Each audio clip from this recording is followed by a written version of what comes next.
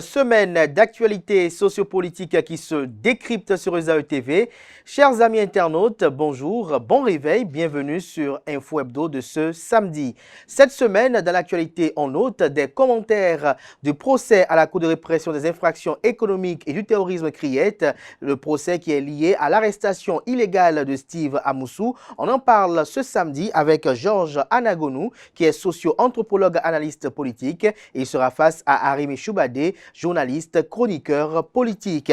Avec eux également, on parlera de la rentrée scolaire 2024-2025 qui démarre lundi prochain sur l'ensemble du territoire national. Les préparatifs, et bien évidemment, on en parlera puisque cela a fait l'actualité tout au long de cette semaine. On parlera également de cette visite de l'ancien président Nicéphore Dieudonné Soglo à la zone industrielle de Glodjigbe, une visite qui a fait couler beaucoup d'encre et de salive. On n'occultera pas également de parler du Bénin qui a gagné la Libye à Abidjan. Avant de retrouver mes invités pour le décryptage de l'actualité de la semaine, je vous invite à suivre cette capsule vidéo qui vante les mérites de l'École supérieure d'administration d'économie, de journalisme et des métiers de l'audiovisuel ESAE, bien évidemment, qui a ses campus dans les villes de Cotonou, d'Abomey-Calavi et de Parakou.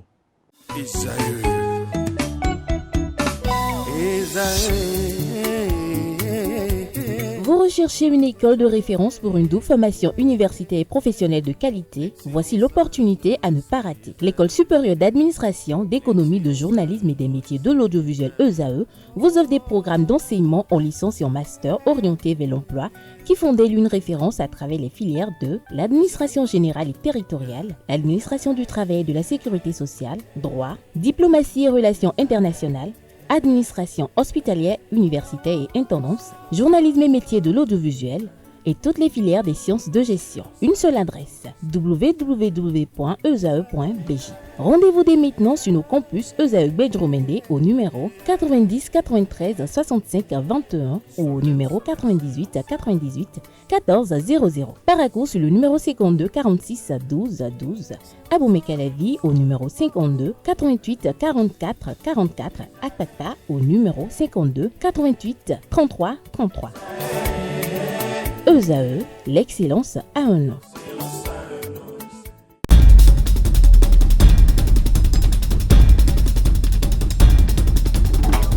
Le décryptage du jour, comme je l'ai annoncé dans le sommaire, sera avec vous, Arimi Choubadé. Bonjour.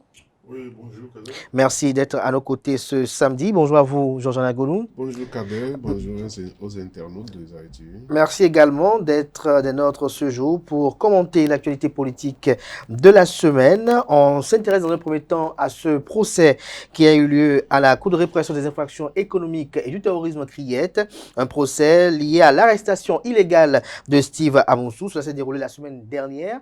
Mais cette semaine, il y a eu beaucoup de commentaires au sujet de ce procès-là et bien évidemment, quant à la suite du dossier Steve Amoussou, dites-nous, en tant que chroniqueur politique, Arimi Choubadé, comment vous avez appréhendé ou aperçu, comment vous décryptez, si je peux le dire ainsi, ce procès qui s'est tenu à la CRIET? Avant que la vérité ne soit dite sur ce procès, parce qu'en réalité, vous venez de constater que ce procès est venu susciter plus d'interrogations que de réponses. Comment ça? Ce que je crois entendre dans ce que vous dites, vous avez dit, une semaine après, qu'il y a... Voilà, donc, normalement, le procès devait situer tout le monde sur la responsabilité des uns et des autres.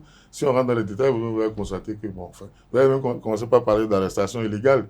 Je ne sais pas si c'est sur cette infraction que le procès est instruit, hein, ou si c'est sur kidnapping en territoire étranger, ou enfin, donc on ne sait même pas sur quelle base on a organisé ce procès. On n'a pas vu le procès venir. Et j'ai suivi l'avocat, ou un des avocats, Ahmed Baparapé, au lendemain du procès, qui disait que ça a été un procès expéditif. Hein? Et en ce moment-là, c'était dans le vif de l'action. Aujourd'hui, on doit avoir la vérité sur ce procès-là. Moi, j'ai entendu dire que jusqu'à la salle d'audience, celui qui s'est constitué partie civile a dit qu'il n'était pas au courant de ce qui allait se passer, qu'il est venu au tribunal en ambulance, comme si on lui faisait croire qu'il allait aux soins de tout ce genre, et que les avocats qui ont obtenu le même jour, enfin la veille, la permission d'aller rencontrer leur client, on les informe que bon, il est déjà au tribunal pour un procès. C'est-à-dire qu'il faut d'abord faire la vérité sur le procès. Le procès lui-même aujourd'hui est devenu un casse-tête.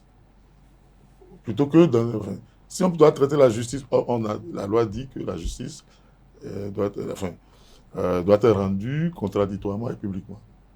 Donc l'opinion publique doit être sûre, c'est une question de principe pour que le justiciable soit en phase avec la justice. Les magistrats ne sont pas des élus et pourtant on leur permet de rendre la justice au nom du peuple, sans avoir un mandat express du peuple. Donc c'est une mission assez sacrée. Oui. On ne peut pas organiser un procès pour qu'au lendemain, on se pose des questions sur la peine, l'incrimination elle-même. On ne s'entend même pas sur l'incrimination elle-même. Hein, tout le récit est bizarre. Hein, tout le récit, on dit, le procureur me dit, mais on m'appelle pour dire que oui, quelqu'un l'a mis. Et il ne s'occupe pas de savoir, il se préoccupe pas de savoir comment, à quel niveau on l'a appréhendé. Et puis il y a des suspects. Pour vous, il y a encore des zones d'ombre. Mais je vous dis, le procès lui-même est une ombre. C'est une ombre, le procès lui-même. Donc, et c'est évident qu'on se pose d'abord, c'est-à-dire il faut d'abord qu'on fasse la vérité sur le procès, avant de savoir ce qui s'est passé. Et tout le reste, sinon après, on va continuer les questions ici jusqu'à demain, comme si on voulait refaire nous-mêmes le procès, qu'on n'a pas les prérogatives. Tout à fait. Alors, Georges Anagonu, est-ce que pour vous, la tenue de ce procès-là n'a pas eu à dissiper des inquiétudes? Des inquiétudes, moi j'ai entendu parler d'arrestation illégale, mais quand on suit le récit de Steve Amousson lui-même, c'est un enlèvement. C'est un enlèvement, c'est un kidnapping. Et j'ai entendu aussi que le procureur justifiait le procès, ce procès-là qui a eu lieu en disant qu'il a pris des éléments du communiqué de son homologue de Lomé. Il semble que j'ai entendu quelque chose comme ça. Puisque c'est le communiqué de Lomé qui a donné les noms des gens qui sont allés et arrêtés, enfin, enlevés. Moi, je préfère. Bon, enfin, je ne sais pas, chacun a ses termes. Qui sont allés enlever et Steve Amonson à Lomé. Donc, ayant appris ça, je pense que le procureur s'est dit qu'il ne peut pas rester insensible à une déclaration pareille, donc il a cherché à comprendre. Moi, je pense aussi que c'est son droit. Et ce procès se justifie par le fait que la justice béninoise a cherché à comprendre ce qui est arrivé. Donc, quand on a fait ça, maintenant, vous savez, les verdicts d'un procès, ça ne satisfait jamais tout le monde. En réalité, parfois même la justice elle-même n'est pas satisfaite des verdicts d'un procès. Donc, les verdicts qui sont sortis de ce procès, c'est comme ça que je peux analyser ça. Maintenant, les juristes sont des écoles, des théories, des philosophies. Moi, j'ai entendu un juriste qui dit que le mandat d'arrêt international qui a été lancé contre nos compatriotes, qu'une fois que notre justice s'est saisie du dossier et a fait cela, que incident clos. J'ai entendu des juristes qui ont dit pas du tout. J'ai entendu des juristes qui sont même jusqu'à aller dire que la justice béninoise ou bien l'État béninois même est receleur. Parce que on est allé voler quelqu'un, quelque part, on est venu lui remettre. Vous voyez donc, les théories juridiques s'affrontent dans ce débat-là. Et tout ce qu'il faudra retenir, c'est que le procureur spécial a voulu clarifier une situation qui devrait lui permettre d'attendre sereinement le procès de 7 octobre. Donc, c'est ce qu'il a fait. Le verdict a-t-il convaincu? Ça, je ne sais pas. Le déroulement du procès a-t-il convaincu? Ça, je ne sais pas. Parce que beaucoup disent qu'il y a des questions que le procureur devrait se poser. Il y a des questions que la justice devrait se poser. Moi, j'ai entendu, par exemple, une déclaration qui dit on l'a vu, on parlait, je ne sais pas qui a bu des deux côtés, on ne sait pas comment il s'est retrouvé dans leur voiture. Voilà, vous dites ça à côté d'un enfant, il vous regardera 3 fois. Mais toujours est-il que ce procès qui a été fait permet d'aborder sereinement ce qui attend. Ça, c'est du côté béninois, ça. Du côté togolais, je ne peux pas dire quel est leur plan, sur quel élément ils se sont basés pour sortir leur communiqué. Le procureur de là-bas, je ne peux pas le dire ici. Avant de revenir sur les questions innombrables que vous vous posez, comme bien d'autres béninois, tant à l'échelle nationale qu'internationale, j'ai bien envie de poser la question de savoir, Harry Michoumane, dites-nous, est-ce que dans le communiqué de Lomé, est-ce qu'il s'agit d'une réquisition ou d'une émission de mandat d'arrêt international? Non, le communiqué de Lomé n'est même pas un acte de procédure. Ça dit que ce n'était pas nécessaire. Mais là-bas, les gens ont la conscience de la mission de la justice, qui est de rendre la justice au nom du peuple. Et de rendre compte au peuple. Oui, mais C'est un Oui. compte rendu d'acte de procédure. Oui. Ils ont relaté un peu la situation. Oui, mais que dit le communiqué précisément? Est-ce Non. que le procureur requiert ou il a émis?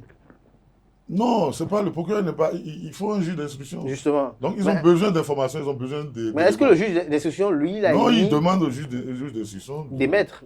Oui. Mais est-ce que le juge d'instruction, lui, il a émis ce mandat d'arrêt international? Je suis pas. C'est le juge d'instruction que vous allez inviter. Il va vous répondre. Dès lors que c'était nécessaire pour le procureur qu'on entende la mise en cause. Oui, vous savez, vous parlez des juristes. Il n'y a pas plusieurs écoles. Le droit, c'est une science qui s'enseigne. Et donc, oui, dès qu'on a organisé le procès, la procédure est éteinte. Dès que le verdict a acquis l'autorité de la chose jugée, c'est-à-dire quand ça a passé par les mécanismes de recours ou lorsque les délais sont épuisés, oui, ça a été. Mais ici, on se pose la question sur le procès. La procédure a été enclenchée par le Togo. Enfin, il y a un début de procédure au Togo. On ne sait pas s'il y avait une procédure au Bénin. Et ça, le Togolais parle de 6 personnes. Le Bénin prend l'affaire, juge 2. Et on nous dit que oui, la soeur est éteinte. Nous ne sommes plus dans le cadre formel strict du territoire béninois. Nous sommes dans du droit pénal international. Et à ce niveau, la question qu'on doit se poser, c'est est-ce que les deux justices ont vraiment travaillé ensemble? Si on a répondu à cette question, et ça veut dire que bon, la chose a été jugée, les principes du droit à l'international ont été respectés et on passe à autre chose. On passe à autre chose. Mais si on n'a pas respecté ça et qu'on a violé, enfin, comme apparemment on ne s'est pas occupé de ce que pensent les Togolais, et puis nous ici, on a essayé justement d'éteindre l'affaire en passant au procès directement. Éteindre, vous pensez? Mais oui, puisque mon ami a dit dans la gueule, le procès devait normalement éteindre la procédure. Oui, ce qui est vrai, mais à condition que le verdict soit vraiment un verdict qui soit accepté par tout le monde. N'oubliez pas que on ne peut pas me dire que dans ce dossier, oui, la justice togolaise n'a rien à voir. D'abord, ça s'est passé en territoire togolais. Le Togo a voulu poser des procédures, à procéder à des arrestations. Les gens sont encore en prison à Lomé, quand brutalement le Bénin organise un procès pour 2 personnes. Et on dit oui, la chaîne est éteinte. Bon, on est en droit, pas de la ruse. Hein. Alors, Jean Lagoulin, dites-nous, est-ce qu'on peut s'attendre les jours à venir à des rebondissements dans cette affaire spécifique d'arrestation illégale lorsque je m'en tiens au propos de Harim Choumadé, comme beaucoup d'autres commentateurs ont eu à évoquer au cours de cette semaine, que cette procédure au départ, lorsque s'en tient au communiqué de Lomé, fait cas de 6 personnes, mais là, le Bénin n'a que jugé 2. 2 sont en détention du côté de Lomé. Alors, qu'en est-il des 2 dont les identités restent encore floues et qui, selon le procès de Lomé, de Cotonou plutôt, se retrouvent de l'autre côté de la frontière togolaise? Ça encore, en fait, c'est les Togolais qui peuvent répondre à cette question. Depuis que le procès a eu lieu au Bénin, les Togolais n'ont pas réagi depuis lors. Justement. Est-ce qu'ils ont continué dans leur procédure en train de faire leurs recherches? Moi, j'ai entendu des gens dire sur des plateaux que, par exemple, celui qu'on a relâché dans ce procès, s'il a le courage de sortir du Bénin, de tomber dans un pays où il y a collaboration juridique avec le Togo, qui sera arrêté directement. Si ces risques-là existent, cela veut dire que, en réalité, c'est vrai, j'ai dit le procès, ça veut dire que les Togolais... Parce que là, ce ne sont pas des commentaires d'analystes, tout simplement. Oui, je tiens compte de ça. Oui. Et je dis, si c'est cela, c'est que pour les Togolais, rien n'est fait encore, et qu'ils sont encore dans leur procédure. Parce que, entre-temps, Harim disait tout à l'heure, est-ce qu'il n'y a pas eu collaboration juridique? Je ne sais pas. Parce que les informations dont disposent les Togolais, la justice togolaise, devaient être mises à la disposition de la justice béninoise pour travailler là-dessus. Est-ce qu'il y a eu cette collaboration? Je ne sais pas. S'il n'y a pas eu cette collaboration, à mon avis, chaque partie reste dans sa position, sur sa position du moins. Les Togolais savent qu'ils ont ouvert une procédure. C'est eux qui ont entendu les 2 inculpés qui sont là-bas, qui sont en prison chez eux. Est-ce qu'on a tenu compte des informations qu'on a obtenues de ces 2-là pour faire le procès au Bénin? Je ne sais pas. C'est pour quand vous demandez tout à l'heure s'il y aura des rebondissements. Quand on prend ces aspects-là, on peut dire que rebondissement, il y en aura devant. Même à partir du 7 octobre, quand on va lancer le procès proprement dit, moi, mon souhait dans ces choses-là, c'est que si vous avez bien fait votre matière, et si vous connaissez votre métier, vous devez être en mesure d'affronter d'autres scientifiquement qui ont fait leur métier aussi. Moi, j'attends le nombre des avocats. J'ai entendu ceux qui sont constitués avocats pour Steve Amonson. Moi, j'ai entendu leur argumentation. Et beaucoup de choses sont dites. Ces jours-là, on va les mettre à plat. Le 7 octobre, ils seront tous dans le prétoire. Et on va affronter argument contre argument. Et le droit sera dit en ce moment-là. Est-ce que même ce procès du 7 octobre va finir avec l'action que les Togolais ont enclenchée? Je ne sais pas. Chaque pays a sa souveraineté. Les jurys togolais sont dans leur procédure. Peut-être que pour eux, l'action n'est pas éteinte et que la procédure continue. Qu'est-ce qu'on peut faire peut-être? Si on veut avoir le cœur libre, peut-être qu'on veut avoir le cœur libre, que peut-être que ceux qui sont concernés n'ont qu'à faire un tour à Lomé. C'est-à-dire ceux que Lomé estime qu'ils sont dans l'affaire, que mandat est lancé contre eux. Vous pensez qu'ils pourront faire un tour à Lomé? Alors nous parlons pour dire que le procès est terminé. C'est pas sûr. Donc cette affaire aura des rebondissements. Ça aura des rebondissements selon vous. Alors, Arim Choubadé, est-ce qu'aujourd'hui on n'a pas soif d'une version de Lomé quant à la perception de Lomé sur le procès à la Criette? Non, il n'y aura pas de justice de Lomé, de justice du Bénin. Ici, le mot souveraineté n'a même pas sa raison d'être. Puisque les nôtres ont franchi la frontière pour aller poser un acte chez l'autre. D'où vient là. Si c'était une question de souveraineté, peut-être qu'on serait déjà dans un problème sérieux entre les deux pays. Ici, la justice internationale, elle est unique. Nous avons signé des conventions, nous avons signé des partenariats avec les autres. Nous devons nous en tenir à ça, plutôt que de parler de souveraineté. Ce n'est pas en multipliant le procès, de quoi? Ça n'a rien à voir avec ce dont on parle. Je ne sais pas si le procès du 7 octobre, c'est pour parler de qui a enlevé... Non, 7 octobre, c'est par rapport aux 3 chefs d'accusation. Le procès n'a même plus sa raison d'être. Ça n'a même plus de sens. Dès lors qu'on n'a pas réglé les questions juridiques qui concernent notre pays avec les autres, le procès est un non-sens. Vous pensez que la communauté internationale est assez naïve pour accepter qu'on laisse les choses en l'état? Ça veut dire quoi? C'est un précédent. Elle dit que le Niger peut décider un jour de faire kidnapper un Nigérien au Bénin et venir le juger tranquillement chez lui sans tenir compte de ce qu'en dirait-on. Nous sommes en train de réécrire. Le Bénin, lui seul, est en train de réécrire le droit international. Vous pensez que la communauté internationale est assez donc naïve? Pour vous, un problème sérieux?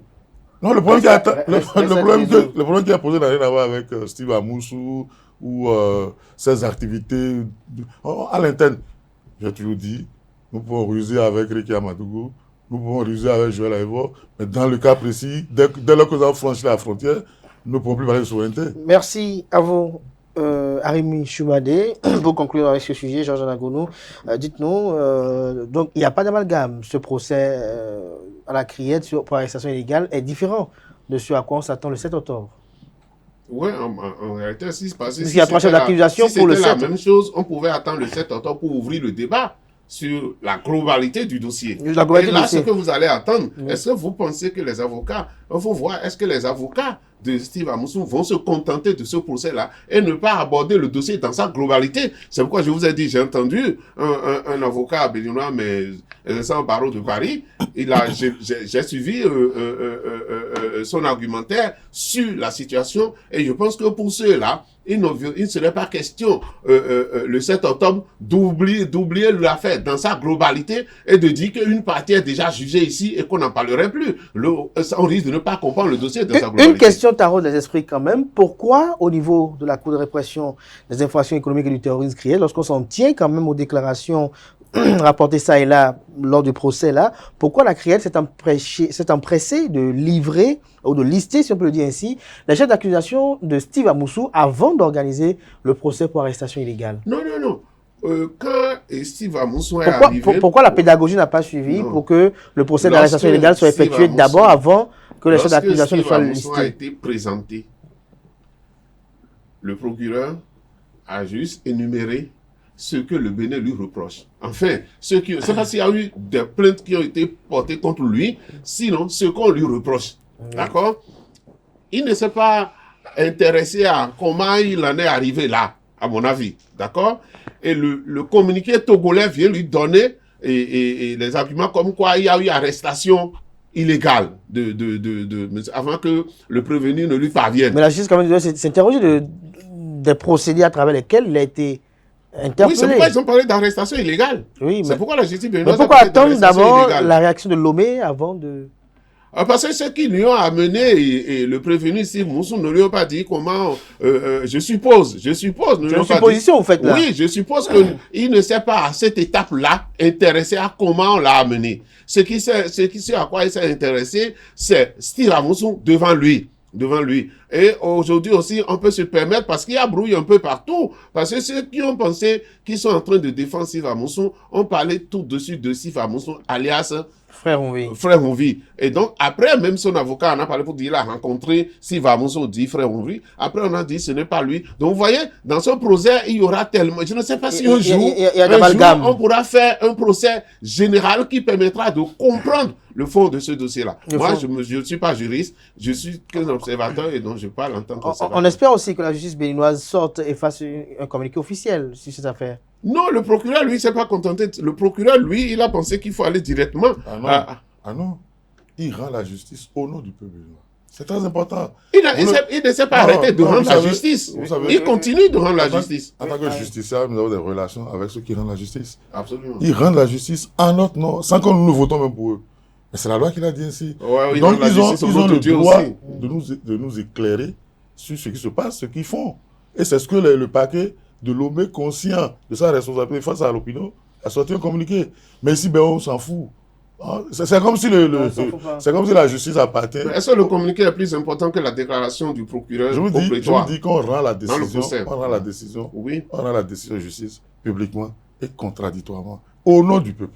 Oui, la décision qui a été prise à ce procès-là a été rendue publique. Non, c'est pas de ça qu'on parle. Vous avez les actes de procédure, on doit suivre. Mais moi, je me suis levé un matin, on m'a dit qu'il y a procès. Et j'ai vu des avocats dire qu'ils étaient surpris même. On ne peut pas comprendre. Oui, mais quelqu'un disait, le porte-parole du gouvernement disait que ils ont accepté que le procès ait lieu. Ils disaient tous les éléments dont ils disposent, ils ne peuvent pas dire que... Mais si, donc le procureur aurait pu mieux parler du dossier que le porte-parole du gouvernement. Le porte-parole du gouvernement en savait quoi? Qu'est-ce qu'il sait du dossier? Merci à vous, Arimi. Pourquoi lui, il est informé? Nous avons tout le temps, je ne sais pas si c'est vous, tout le temps dit que le gouvernement ne réagit pas, le gouvernement est en vacances et tout ça. Et si aujourd'hui, le porte-parole du gouvernement se permet de faire un commentaire sur le dossier, on pourrait... La justice n'est pas rendue au nom du gouvernement. C'est au nom du peuple, c'est-à-dire au nom de tout le monde. Merci pour ces précisions, Arimi Choubadié. Je crois que... Non. Écoutez, bon, si vous voulez faire de la sémantique, on va y aller. Allez prendre votre constitution, allez lire la définition du peuple. Le peuple, il est unique, entier. Oui. Il n'est pas, comment on appelle-t-on? Mais il y en a qui parlent en son nom. Non, il n'est pas morcelé. On n'a pas dit représentant du peuple. On a dit la justice sera au nom du peuple et non au nom des représentants du peuple. Merci à vous, Arimi Choubadié, pour ces précisions-là. Et puis le porte-parole du gouvernement n'est pas élu. Il n'est pas représentant du peuple. Alors Arimi Choubadié, on va passer à un autre sujet, si vous permettez, bien évidemment, Georges Anagonou. On va passer à un autre sujet parce qu'il y en a d'autres qui nous réunissent ce matin. On va parler de la rentrée scolaire 2024-2025. Est-ce que pour vous, tout est fait prêt pour une rentrée apaisée le lundi prochain? C'est quoi la rentrée apaisée? Il n'y a plus de grève. La loi interdit les grèves, donc la rentrée ne peut être qu'apaisée. Ou bien, qu'est-ce que vous appelez rentrée apaisée? Tout le monde va faire la rentrée, les élèves iront, ceux qui peuvent, iront continuer les cours, ceux qui ne peuvent plus vont vaquer à autre chose, comme d'habitude. Pourquoi ils ne peuvent plus? Pardon? Pourquoi ils ne peuvent plus? Non, je dis ceux qui ne peuvent plus, ceux qui n'ont plus la main d'aller payer les études. Moi, j'ai un jeune que j'ai rencontré hier qui m'a dit qu'il vient de Serres et qui ne retourne plus parce qu'il n'a plus les moyens et qu'il cherche un boulot. Bon, c'est classique. Hein, ce n'est pas lié à une situation particulière. C'est-à-dire, ceux qui peuvent vont continuer. Ceux qui ne peuvent pas, comme d'habitude, il n'y a rien de particulier. Je ne sais pas s'il y a des mesures particulières à prendre. C'est vrai que j'ai eu, la semaine dernière, il y a eu les formations pour les enseignants, enfin, ce qu'ils appellent judéo-pédagogique, ou de tous ces gens-là. Ils ont parlé de déploiement, Ça, c'est Déploiement. du classique. Mais, C'est du mais vous classique. savez très bien que depuis 8 ans, on n'a pas recruté d'enseignants. Hein? Ça, au moins, c'est une constante. Et donc, je ne sais pas de quel... ça va être la même chose comme depuis 8 ans au moins. Hein? Vous pensez, Georges Nagounou? Non, vous savez, le manque d'enseignants est un problème récurrent à l'éducation nationale. Et je pourrais dire, bon, c'est pas bien de le dire comme ça, mais c'est un peu partout. Mais le gouvernement fournit des efforts. Cette rentrée-ci, bon, vous allez entendre les syndicats français parler de manque d'enseignants, qu'il faudrait qu'il y ait suffisamment d'enseignants dans chaque classe, parce que, au fait, la population augmente, et à ce niveau-là, ça n'augmente pas le recrutement d'enseignants ou bien les moyens de l'État n'augmentent pas au même rythme que la démographie. À partir de ce moment-là, il a souvent de décalage dans ça. Donc, c'est que on peut remercier le gouvernement d'être en train de faire. C'est vrai, cette loi qui limite la grève au niveau des enseignants, c'est toujours, à partir du moment où on limite une liberté, il y a problème, d'accord? Mais, dans le cas précis du Bénin, c'est pas libérer pour libérer, mais on demande un sacrifice aux enseignants. De dire, pour que nos enfants puissent avoir une bonne éducation, faisons tous le sacrifice et ne prenons pas toute l'année pour faire de grève. Parce que, moi, j'ai dit, les enseignants, les syndicats peuvent se lever aujourd'hui pour dire, depuis les 8 ans dont parle Arimi, qu'est-ce qu'on a obtenu? Qu'est-ce qu'on a obtenu? Est-ce que si la première chose à obtenir, c'est le niveau de formation des apprenants. La première chose à obtenir, c'est cela. Et pour que les enseignants puissent, les apprenants puissent avoir ça, il faut la présence des enseignants dans les classes pour pouvoir leur donner la formation qu'il faut. Je pense que ça a été assuré depuis 8 ans et nous pouvons dire que chacun de son côté fait des sacrifices. Et le premier sacrifice, c'est les enseignants qui acceptent de tenir les enfants dans des conditions pareilles. Nous, on peut le dire. Et le gouvernement, cette année, j'en prie, qu'il y aura un redéploiement de 2000 et quelques aspirants encore cette année. Parce que, au fait, il parle de, est-ce qu'il y a eu de recrutement d'enseignants? On a chaque année, mis une catégorie d'enseignants sur le marché. Enfin, dans l'éducation nationale. Tout à fait. Et quel est leur statut? C'est en ce moment que Arium parle de recrutement. Est-ce qu'ils sont devenus fonctionnaires, agents permanents de l'État ou pas? Je pense que c'est une procédure. C'est une procédure. Tout de suite, on a besoin de ces enseignants-là. On a discuté, on a posé les conditions et ils ont accepté à les poser et à les composer pour pouvoir travailler dans ces conditions-là. Donc, ils sont en train de le faire. Si on envoie encore 2015 cette année, cela veut dire qu'on est en train de combler le vide. Moi, je pense que... Il y a des efforts qui sont faits. Le gouvernement a le souci. Même les 10 jours qui sont permis, le gouvernement a le souci de ne pas avoir ces 10 jours à venir pour être soustrait du temps de formation des enfants. Et c'est pour ça que la négociation gouvernement-syndicat a commencé cette année, cette semaine. Il y a déjà eu une rencontre dans ce sens-là, où les gens ont dit, certainement ils ont échangé, chaque côté a évoqué les difficultés. On va essayer de les voir. Donc, oui, Arimi dit, il n'y a plus de grève. N'empêche que le gouvernement trouve nécessaire de discuter avec les syndicats pour préparer une rentrée apaisée une fois de plus. Alors, Arimi, je vous ai dit tout à l'heure, Georges Nagounou a parlé de programme de formation. Est-ce que, lorsque vous jetez un coup d'œil dans les formations aujourd'hui, est-ce que vous en êtes fier de ce qui est enseigné aujourd'hui dans nos écoles? Je vois tous les efforts que mon ami fait pour louer les efforts du gouvernement. D'abord, c'est moi qui paie les impôts, pas le gouvernement. Le gouvernement ne paie pas mes impôts. Je crois que ce n'est pas encore l'argent des ministres qui est utilisé dans l'enseignement. Et donc, si nous voulons parler de ces trucs-là, ce n'est pas le gouvernement qui fait des efforts ou qui ne fait pas des efforts. Hein, c'est le besoin de la communauté qui est le plus important. Qu'est-ce que la communauté veut? Vous savez, on parle de... vous savez que le système d'aspirana, c'est un pis-aller. Ce n'est pas des enseignants. Ils ne sont pas des enseignants. Et ils ont même mis un nom générique, je dirais même poétique, d'aspirana. Vous comprenez? C'est-à-dire qu'ils sont aspirants et on les recrute au début de chaque année pour peut-être dire que le contrat finit à la fin de l'année. Vous comprenez? Autrefois même, c'était 10 mois. Et on le fait 12 mois maintenant. Je vous en prie. Si vous êtes recruté plein dans votre entreprise, ça n'a rien à voir avec ceux qui viennent le matin rester devant votre portail pour vous aider dans vos travaux quotidiens et que vous rémunérez. Ce n'est pas la même chose. Même la formation, ce n'est pas la même chose. On ne peut pas dire aspirant, c'est que vous restez au même niveau depuis 5 ans qu'on vous a recruté jusqu'à maintenant. C'est même là, pour cette année qu'on accorde aux femmes qui sont parmi eux, le congé de maternité. Ça veut dire qu'avant ça, si vous êtes femme, c'est quoi, aspirante, ou c'est comme ça, non? Ou aspirante.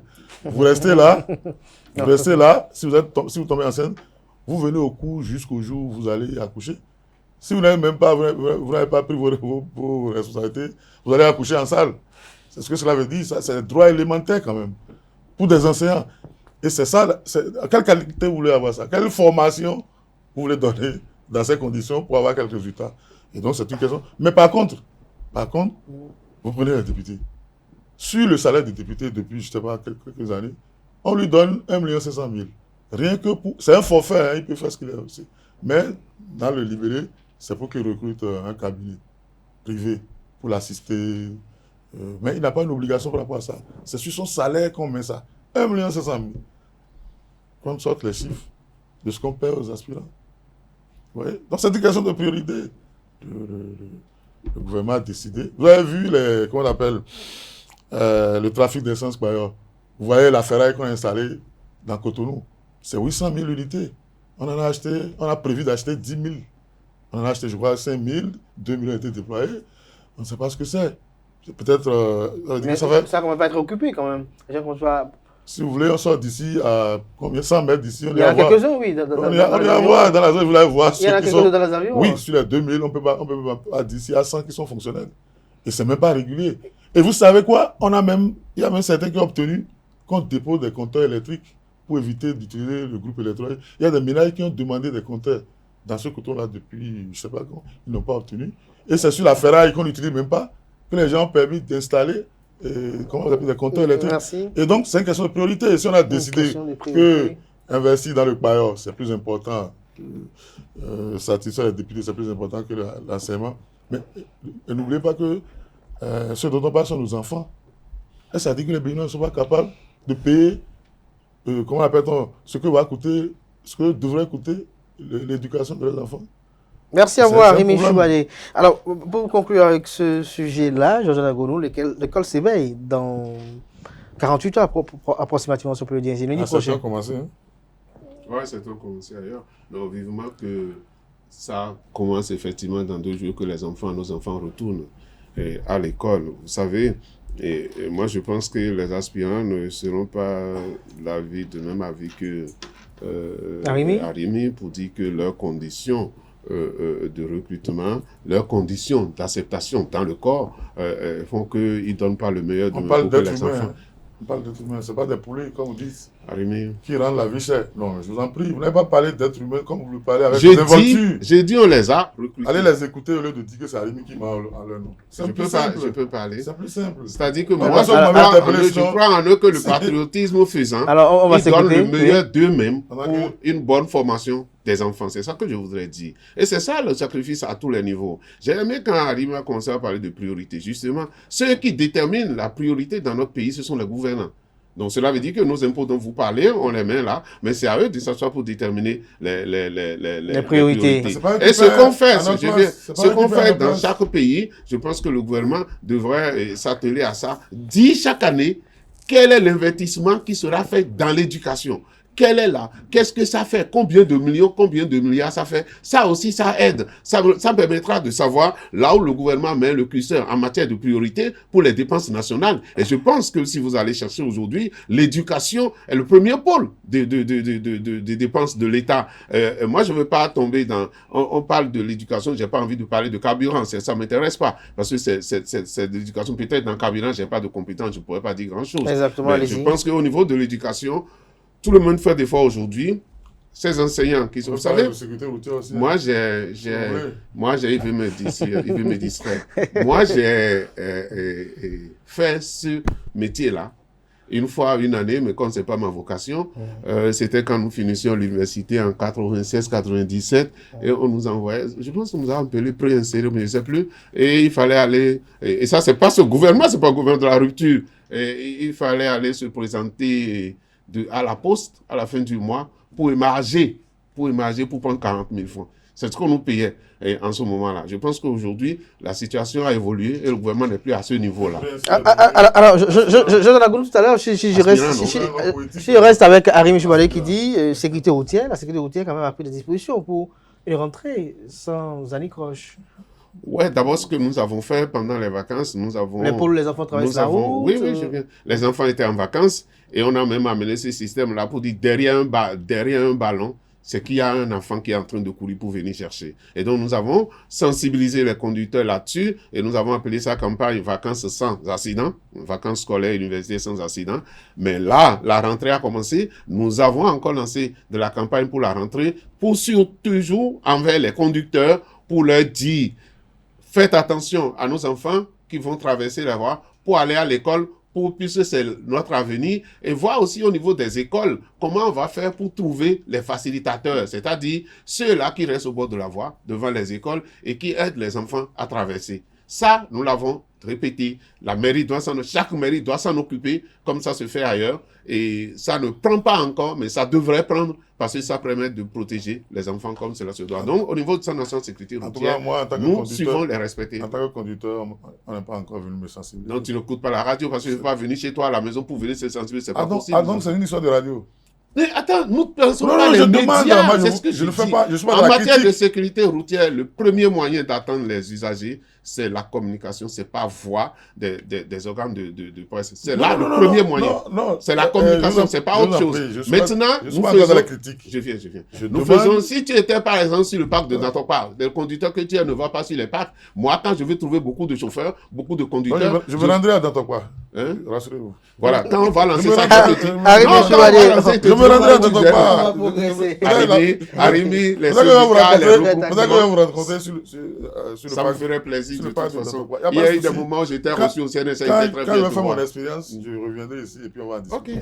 Pas de souci. Arim Choubadé, vous avez suivi l'ancien président Nicéphore Dieudonné Soglo lors de sa visite à la zone industrielle de Glo-Digbé. Il a eu à faire des commentaires après sa visite. Quelle est votre opinion sur ce qui a été dit par le patriarche? Opinion sur Nicéphore Soglo? Enfin, vous savez, c'est mon papa. Hein? C'est un monsieur très poli, comme il a l'habitude de dire, très correct. Des Béninois, vous savez, 94 ans, hein, c'est pas l'âge de celui qui allait le voir, papa, on fait quelque chose à Glo, on voudrait vous voir venir. Et puis il a fini par s'y rendre. Hein? Vous l'avez vu en chaise roulante à son âge. Il n'est pas venu aller pour faire une inspection. Il est allé pour se distraire. Il a fait des déclarations à la fin. Et tout un gouvernement se jette sur ça pour faire la communication. Il y a un problème. Et puis après, attendez. Oui. Il y a des gens qui ont critiqué ce qu'il a dit. Non, mais qui a critiqué? Je ne sais pas qui a critiqué. Justement, c'est les mêmes qui l'ont amené là-bas, qui sont revenus quelques jours plus tard chez lui. Pour dire, papa, les gens vous critiquent. Qu'est-ce que vous en pensez? Et puis encore là, il a fait des déclarations. Et ça part d'entre... Parce que justement, quand ils sont rentrés, quand ils sont même allés à domicile, on est allé avec des caméras et des journalistes. C'est de ça que vous voulez qu'on parle. Moi, j'ai un problème par rapport à ça. Tout le monde connaît l'opinion du président Soglo sur le régime Talon. Tout le monde connaît l'opinion de son épouse, qui a dit même depuis ma tombe, je vais les poursuivre. Je crois que c'est ça qu'il est en train d'effacer, ou c'est ça qu'on veut tenter d'effacer. Bon, si ça fait plaisir à certains de gloser sur ça, moi, je ne veux pas dire, je veux pas être servi de rabat-joie, hein. Qu'on organise même des fêtes nationales. Mais le président Soglo dit qu'il est d'accord pour la politique politicienne, mais il faut qu'on parle également de développement. Si vous voulez, on peut organiser même une fête nationale sur les déclarations de Soglo. Moi, j'adhère. Néanmoins, il faut restituer ça dans le contexte.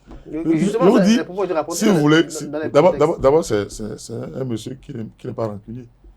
Il appelle tout le monde au Bénin ici pour discuter. Enfin, tous ceux dont il a les numéros, même des gens qu'il ne connaît pas, pour discuter avec tout le monde. Il est comme ça, il est affable, il est sympathique. Je ne vois pas Nicéphore Soglo accepter d'aller sur l'usine de Glo, enfin, le chantier de Glo, et commencer par dire que tout est mauvais ici, vous ne faites rien ici, quand même. Mais vous avez oublié qu'il était allé au palais. Lorsqu'on a ramené les objets des anciens, les objets anciens qu'on a ramenés ça au palais. Il était allé. Et il s'est émerveillé de ce qui s'est passé. Oui, parce que c'est sa nature d'être l'élégance, tout ça, la manière de parler, tout ça. Mais on connaît son opinion sur le régime. On ne va pas vous rappeler l'historique, les étapes du président Soglo avec le régime Talon. Jean Gonou, c'est la même question. Je vais commencer par où Arimi a terminé. On connaît son opinion sur le régime. Et c'est ça qui justifie d'ailleurs ce qu'il a dit. Ce que j'ai entendu. Parce que s'il dit oui, et c'est l'esprit, il a dit, c'est un homme de culture, c'est l'esprit ouvert, qu'il s'en va visiter quelque part. Ceux qui ont trouvé l'utilité de lui demander son opinion pour en faire une communication, c'est leur responsabilité. Je ne veux pas parler de ça. Mais c'est pour ça qu'on est là. Oui, allez-y. Arimi ne me perturbe pas. Vous n'êtes pas à Glo, c'est parce qu'ils ont justement, ils en font toute une boule qu'on est là. Oui. Vous ne voulez pas que je dise ce que je pense? Non. Tu as commencé à dire. Arimi Choualé, on n'a qu'à l'écouter. Oui, non, mais il dit que ce n'est pas son affaire. Alors que c'est sur ça qu'il a d'autres opinions. Je dis, je ne veux pas apprécier leur acte. Vous comprenez ce que j'ai dit? Oui. Parce que le président Soglo, il a raison. C'est vrai, son âge et tout, comme Arimi l'a dit. Est-ce que ça lui permet? Mais il ne peut pas être là. Que vous allez même à l'extérieur, vous avez dans les documents aujourd'hui, on parle de Glo, ce qui se passe à Glo. D'accord? Vous n'êtes pas sans savoir, par exemple, que la FIFA a commandé des t-shirts à Glo. Wow. D'accord? Wow. Oui, j'ai vu. Oui, mais... On fait quoi à Glo? Des t-shirts, du cacahuète et des acajou. Ne parle pas comme ça. C'est de ça qu'on parle. Quand vous allez là-bas, vous allez voir que c'est une véritable industrialisation de notre pays. C'est peut-être pépinière, mais c'est une véritable... Moi, j'ai été là-bas 2 fois sans guide. Si vous voulez, on va en parler. Moi, j'ai été avec guide. Ah oui, non. Parce que si vous rentrez dans une maison comme un voleur, vous ne vous faites pas signaler et tout. Personne ne vous expliquera rien. Non, c'est vrai que la dernière fois, j'ai voulu aller, les gens n'étaient plus enclins à parler comme avant, parce que, bon, justement... Vous y êtes allé comme enquêteur, c'est ça? En fait, si vous voulez, on va en parler. Non, mais ce qui se fait à Glo, ce n'est quand même pas en matière d'industrialisation, ça ne te cache pas. Ça fait la fierté d'arriver là-bas. Arimi. C'est comme ça que quand on va commencer par fabriquer des voitures, Bénin, tu vas encore parler. Ah, c'est déjà la voiture? Non, j'ai dit comment on va faire quelque chose de plus important, c'est ce que tu vas dire. quelque chose encore plus important. Oui, dans la vie, il y a toujours des choses plus importantes. Moi, c'est une fierté pour moi. Quand nous sommes arrivés là-bas et qu'on nous montre que la FIFA quand même, qui n'est pas quelque chose là, a demandé la fabrication des t-shirts à Glo, moi je pense que c'est une renommée. D'accord? Tout ce qui se fabrique à Glo, quand vous allez voir, à Kadou et tout ça, vous voyez les destinations, où est-ce que c'est exporté? C'est notre pays. Et quand vous restez, vous savez, nous on a une structure à côté de GDIZ là-bas, on est Tambou. Quand vous restez là le matin, et que vous voyez le nombre de personnes qui entrent là, d'ouvriers pour aller travailler, c'est là où vous allez savoir qu'il y a quelque chose. Les ouvriers viennent d'où? Ils viennent d'où? D'un côté, il y a une résidence. Chez eux où? Il y a des résidences. Tout le monde ne réside pas dedans. Non, tout le monde ne réside pas dedans. Moi, je vais vous amener à Déticopé, à Lomé tout près ici. Là, c'est Lomé. Je parle de ce qui se passe. Mais oui, non. Peut-être que les Togolais ont fait plus. Si la FIFA est venue ici, ça veut dire qu'ils ont dépassé Lomé au moins. Ouais.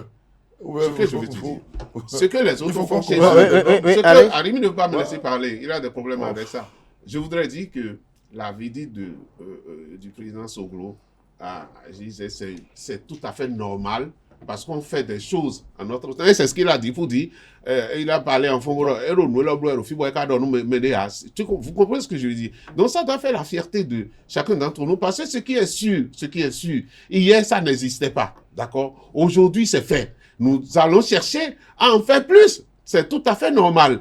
Maintenant, si le président Soglo va là-bas et qu'il donne son opinion sur ce qui est fait, et il est même le plus indiqué. Pourquoi? Arimi vient de le dire. Il critique le régime tout le temps. Et s'il trouve une occasion, c'est ce qu'il a dit. Il dit, les amis me demandent, mais il ne se passe que du mal au Bénin. Il dit, ceci me permet de leur dire que non, il y a des choses bien qui se font au Bénin. Ça, c'est ce qu'on doit retenir de ça. Maintenant, est-ce que ceux qui ont été obligés d'aller le saluer à la maison, le remercier et tout ça, moi, je n'ai pas envie de parler de ça. Je parle du fait. Je vous reviens, je parle du fait que le président Soglo a bien agi pour aller voir ce qui se passe. Pour d'ailleurs, s'il voulait critiquer, pour ne pas critiquer en l'air. Et moi, je conseille au président Yahya Ibn aussi d'y aller et d'aller visiter et de voir peut-être quelle était son ambition pour notre pays. Est-ce que cette ambition pour notre pays-là commence par avoir un début avec celui qui est là? Il peut le dire. Et ça, on peut quitter toute politique politicienne pour apprécier le réel. Après, on peut faire de la politique. C'est ce que moi je trouve. Merci à vous, Georges Anagonou. J'ai une question particulière à Rémi Choubani avant de boucler avec ce sujet. Vous, lorsque vous avez été à la justice, vous n'êtes pas fier de ce qui est fait là? Non, moi, ce n'était pas une visite guidée. Je n'étais pas dans les bureaux. J'étais sur le terrain, j'ai discuté avec... Vous n'êtes pas fier? Essentiellement avec... Fier de Vous quoi? n'avez pas été impressionné parce qu'il est fait là? Vous pensez qu'on ne faisait pas d'acajou grillé au Bénin? On ne faisait pas de cacahuètes. Il n'y avait pas de t-shirt, il n'y avait pas eu Coteb. Je sais que peut-être que vous n'avez pas connu Coteb. Je suis resté à Parakou. Hein? J'ai encore des serviettes de Coteb chez moi. J'ai porté les kakis GTI quand j'étais encore élève. Donc je ne sais pas ce qui va m'éveiller de voir d'acajou et de caca. Bon, il a parlé de voiture. Quand même, j'aime bien Rémi dans cette je vous en prie. Je vous en prie. De bon qui se fait, c'est extraordinaire. Je donne des impôts pour que le gouvernement communique sur sa politique, pour faire sa propagande. Je lui donne mon argent pour faire sa propre propagande. Pourquoi moi encore je vais me mettre à faire le travail pour lequel il a payé? Je ne suis pas là pour faire... Les téléspectateurs, non, vous pouvez passer votre temps. Vous pouvez passer votre temps. Moi je suis un journaliste. Vous pouvez passer votre temps ici à dire le gouvernement, à louer le gouvernement. Moi, ce n'est pas ça mon problème. C'est lorsqu'ils ont mal fait. C'est là où tu interviens. Je vous en prie. Quand le train vient à l'heure à la gare, il n'y a pas d'événement. Il n'y a pas d'événement. Il n'y a pas d'événement. Si on doit passer notre vie à dire oui, pour des gens qui ne font que ce que tout le monde a fait avant eux. Moins encore. C'est de ça qu'on parle. Ce n'est pas pour dire, moi, j'ai rien contre talent. Il n'a pas cherché ma femme. Non, il n'est pas ici. Donc voilà, donc ce n'est pas de ça qu'on parle. On parle de notre pays. On parle de ce qui se passe. Si quelque part, il y a un mensonge, vous dites, ah, non, monsieur Arimi, ici, il y a un mensonge. Mais ce que je dis est vrai. Où est le problème? Merci à vous. Que ce soit pour ou contre de quoi. La question que tu as posée, est-ce que quand tu es allé à GIZ, tu es fier ou quoi de notre pays? Je vous dis, il y avait des cacahuètes dans ce pays avant ça. Merci, Arimi. La zone industrielle. Vous connaissez l'histoire de la zone industrielle? Le ministre Serreto peut en parler. La zone industrielle avait été identifiée depuis très longtemps avec la zone de Sémé. Oui. Et comme on est venu à la saturation à Sémé, on est en train de dénaturer un peu le projet. Et on l'a ramené à chose là. Il y a des choses qui se font à Sémé. Comme ce n'est pas au temps de la rupture que ça a été créé, personne n'en parle. Et on parle de... Donc c'est la rupture même qui met la politique dans tout. Allez voir les pavés qui étaient là avant eux. C'est édenté partout. Les caniveaux, c'est abandonné. Merci. Sauf là où eux, ils ont fait. Merci. C'est des choses qu'il faut. Maintenant, c'est faux. Merci, vous me dites que c'est faux. Merci. Et on ira cas par cas. Je vais vous montrer les exemples. Jean Anagonou, petit commentaire pour conclure avec cette visite de lycée fort du Denis Soglo. Non, moi je pense que l'acte posé par... Vous souhaitez que Yahibouni y aille également? Oui, l'acte posé par le président Soglo est un acte qu'il faudra saluer. Seulement que moi-même, je pense, j'ai vu qu'il a été rattrapé par les commentaires qui se font et que quelqu'un allait lui dire, bon, vous savez ce que vous avez fait là. C'est aussi, j'aime pas... Mais qui a critiqué Soglo? Qui? Depuis qu'il est passé là-bas, qui a pris la parole? Moi, j'ai appris que certains ont dit, c'est parce qu'il a pris de l'argent qu'il est allé là-bas. Vous êtes sur une télévision ici. Les gens ont appris que les gens disent, on ne peut pas dire ça. C'est l'information. Non, vous avez dit... Ce que nous avons à faire ici, ce que nous avons à faire ici, c'est d'analyser ces faits et de pouvoir trouver ce qui peut être de vrai dedans. D'accord? Parce que le président Soglo aussi l'a répété dans son interview. Mais qui a dit donc, mais le président Soglo aussi il a répété. Ah d'accord. Non, justement, je vous ai expliqué que les gens sont allés le voir. Les gens sont allés le voir pour le dire que les gens le critiquent. Qu'est-ce qu'il en pense? Et vous pensez que ceux-là ont menti? Je ne sais pas. Allez-y, allez-y. Ici, devant tout le monde, il ne veut pas. Je veux être comme lui pour dire, le président Soglo a allé visiter GDIZ et que ça a plu à tout le monde, qu'il a fait ce qu'il doit faire, il a posé un acte. En fait, pour moi en tout cas, il a fait ce qu'il doit faire en tant que sage du pays. Et que le sage ne reste pas là à ne sortir que ce qui est mauvais. Comme arrivé par exemple, mais le sage est là pour dire ceci c'est bon, ceci n'est pas, vous pouvez corriger ça comme ça, et c'est ce rôle qu'il est en train de jouer. Moi, je le dis. Et un ancien président comme Yahibouni aussi devrait chercher à aller là. Même les opposants, les et tout. Allez voir ce qui se passe et pour trouver est-ce que ça fait des avancées pour notre pays ou ça regresse notre pays. Moi, j'ai conduit même des gens, des expatriés pour y aller, et je pense qu'ils ont trouvé que ce qui se fait dans notre pays peut avoir vraiment poussé nation vers l'industrialisation de demain. C'est ça que nous cherchons. Ceux qui ont déjà fait avant, moi, je n'ai jamais dit. Vous savez, moi, je dis toujours aux gens, le Bénin n'a pas commencé en 2016. Le Bénin existait avant 2016. Et on a fait des choses avant 2016. Donc, ce que chacun fait en tant que président de la République, c'est qu'il apporte sa pierre à l'édifice. Demain, on peut aller chercher pour dire, tel en a donné plus que d'autres. Ça, c'est des analyses qui vont venir après. Mais chaque président qui vient fera ce qu'il faut pour que le pays avance. Merci à vous, Georges Anagonou. Merci également à Rémi Choubadé. Nous sommes à la fin de cette émission, mais je m'en voudrais de ne pas recueillir quand même vos opinions sur le Bénin qui a gagné la Libye à Abidjan.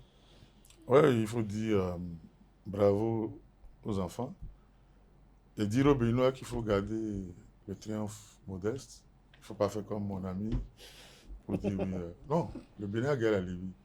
Au classement FIFA, le Bénin est 91e. La Libye est 117e. Oui, en juin, on a fait un exploit contre le Nigeria. Le Nigeria est 39e. On va voir le Rwanda qui est 135e. Vous comprenez? Donc, si le Bénin confirme son rang, oui, on est d'accord, on est content. Il faudrait qu'on soit un peu modeste et réaliste. Et ne pas oublier que notre équipe nationale est en exil en Côte d'Ivoire. Comment en exil? Le Bénin ne peut pas jouer au Bénin. Notre équipe nationale ne peut pas jouer au Bénin. Mais je vous dis, les enfants quittent. Les raisons sont précises. Il ne s'agit pas d'exil, là. Moi, je ne suis pas dans la justification. Je parle de ce qui est. Il faut justifier chaque fait. Les enfants quittent leur club et rallient directement à Abidjan. Ils font les matchs, ils retournent dans leur club. Ils ne passent même pas par le Bénin. Pour les binationaux. Vous avez l'agenda? Pour les binationaux, mais oui, tout le monde connaît. Quand le regroupement a été fait à Abidjan, on va le regrouper au Bénin pour après le retransporter, enfin pour les transporter à nouveau vers Abidjan. Il faudrait qu'ils bénéficient de leur avantage de pays hôtes, quand même c'est pas leur hôte. Quand vous êtes un autre dans un autre pays, c'est pas ça l'exil. Merci à vous. Et il faut y penser, il faut régler ça. Moi, je préfère voir les écureuils à Cotonou avec tout leur public gagner 20 buts à 0 que de lancer des gens sur des routes. Vous savez ce que c'est, la route Cotonou-Abidjan actuellement en chantier? Hein? Et je crois que s'il y avait beaucoup de monde qui avait pris la route, on allait déplorer des choses. Je ne vais pas perdre ma vie pour aller à Abidjan, pour aller voir l'équipe nationale, que de rester tranquillement au pays, qu'on les gagne et qu'on se console ensemble. Georges Anagonou, plutôt que de voir l'équipe nationale, il faut que les îles de l'équipe nationale. Vous savez, je ne connais pas le football comme Arimi, je ne veux pas. Comment vous pouvez dire ça seulement. Je sais que tu as de la passion. Non, moi je ne suis pas un journaliste sportif. Hein. Non, je refuse pas, mais individuellement. Je vais stade comme tout le monde, tranquillement. Okay. Oui, c'est un spectacle, tout le monde y va. Comme les gens vont rester dans leur canapé pour allumer la télé, pour dire qu'ils sont supporters ou passionnés. Chacun avait sa passion. Moi, ma passion n'est pas au bout d'une télécommande. Ma passion, c'est sur le stade. Si les écuries ont match à Lomé, j'y vais. Pendant qu'on y est, le Bénin n'a pas voulu jouer à Lomé. Parce que c'est une querelle de co-épouse. Sinon, il n'y a pas de raison technique. Le stade de Kéké est beaucoup plus, comment l'appelle-t-on, aux normes que le stade de Kourounou. C'est plus nouveau, c'est plus chaud là. Mais on a préféré. Georges Anagonou. Alors qu'on pourrait me faire jouer à Lomé pour qu'on puisse. C'est pour éviter cette situation que le gouvernement avait investi sur le stade. Le stade Mathieu Kérékou. On nous a dit que c'est la Chine qui a investi. D'accord. On est dans l'information. Non, mais si la Chine investit, ou c'est pour apporter de l'aide à notre pays, ou c'est pour créer une dette que le Bénin va payer après. D'accord? Maintenant, ce que je veux dire, c'est quoi? Et il a fallu, même s'il veut le faire, il a fallu que le gouvernement donne son autorisation. C'est cela. Donc le gouvernement a adhéré à cela. Et quand on dit après, ce qui est sorti après, on a fait des travaux qui ne sont pas aux normes et tout ça, ça c'est arriérer le pays. Et qu'est-ce que je voudrais dire? Chacun à son niveau où il est devait avoir du patriotisme pour savoir que ce que je fais, ça engage tout le pays. C'est le gouvernement qui a construit un marché dans le stade. C'est le gouvernement qui n'est pas patriotique. Il faut le dire aussi. À vous. Et finalement, j'ai pu rédiger. Non, vous dites qu'on a fait des trucs. Merci également à Rémi. Oui, allez-y rapidement, parce que là, nous sommes en train d'excéder. Je suis d'accord avec vous. Les sportifs ont un engagement pour le patriotisme de leur pays. D'accord? Ils ont un engagement et cet engagement-là, je voudrais que ça soit constant. Si c'est constant, ça va leur permettre d'avoir des résultats constants aussi, à mon avis. Et d'autres pays, aimant plus le football que nous, ont connu aussi des résultats catastrophiques. Donc, comme il a dit Arimi, il faut qu'on reste sur cet espoir de ce qu'on a avec la Libye pour pouvoir affronter le Rwanda et pour pouvoir affronter les autres pays. C'est toujours un espoir. Et je me rappelle quand le président Soglo, le président Talon disait que un jour, le Bénin ira à la CAN et pourra gagner la CAN. Sans stade homologué. Merci à vous. On travaille Georges pour homologuer les Anagonou. stades. On rappelle que vous êtes C'est socio- ça, les- On est en train de travailler. Ça, les analyste marchés dans les salles. politique. Merci à vous également, Arimi Choubadé, journaliste chroniqueur politique. Merci Sortez pour vos l'équipe différentes nationale de l'Est, s'il vous analyses. plaît. Merci à vous, chers amis internautes, pour l'attention et la fidélité accordée à ce programme télé sur ESAE TV. On se retrouve samedi prochain pour notre numéro d'émission de Info Hebdo, par la grâce et la volonté divine, sans occulter également celle des hommes. Retrouvez demain Carles Kitome et Nancérine Fatoumi pour l'invité.